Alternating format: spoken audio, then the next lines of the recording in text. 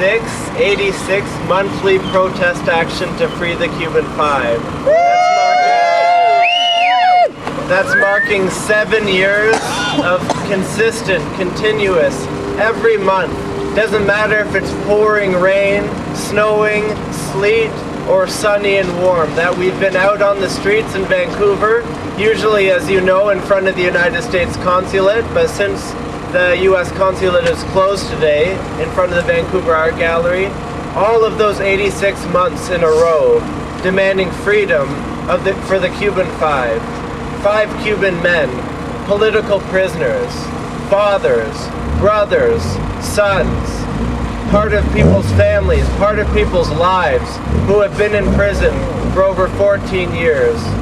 What was their crime? What you'd think the United States would love most, fighting against terrorism.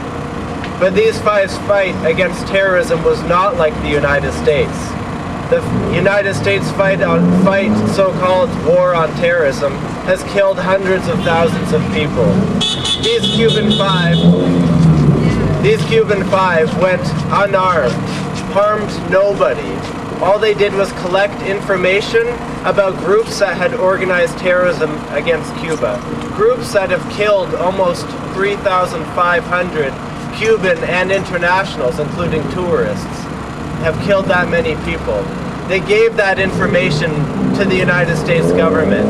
And the United States government, instead of jailing the terrorists, instead of charging the terrorists, put these 5 immediately in prison.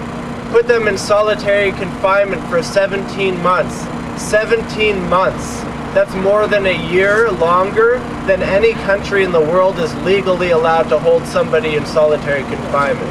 And these 5 without a trial and without charges. They weren't given a trial until 2001, and at that time it was the longest trial in the U.S. history, but completely ignored by U.S. media, by mainstream United States media. That's why it's our job, as people who know about the case of the Cuban Five, our job as supporters of social justice, of peace and humanity, to do whatever we can to spread the word about the case of the Five. That's why we're not only here with picket signs today to protest.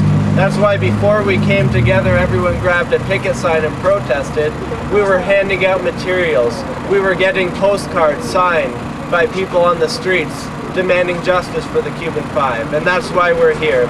That's why we're here 14 years after the imprisonment of the Five. And that's why we'll continue coming to the streets every 5th of the month until every single one of the Cuban Five are free at home with their loved ones and family in Cuba.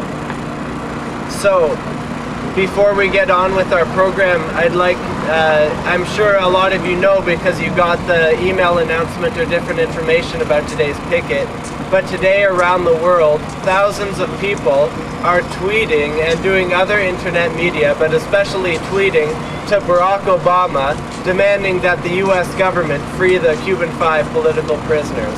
And so we're part of that campaign. We have a table and computer set up where everybody can tweet to Obama demanding that he free the Cuban Five.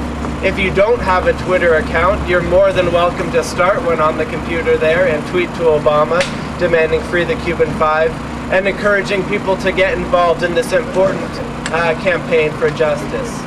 Now, for our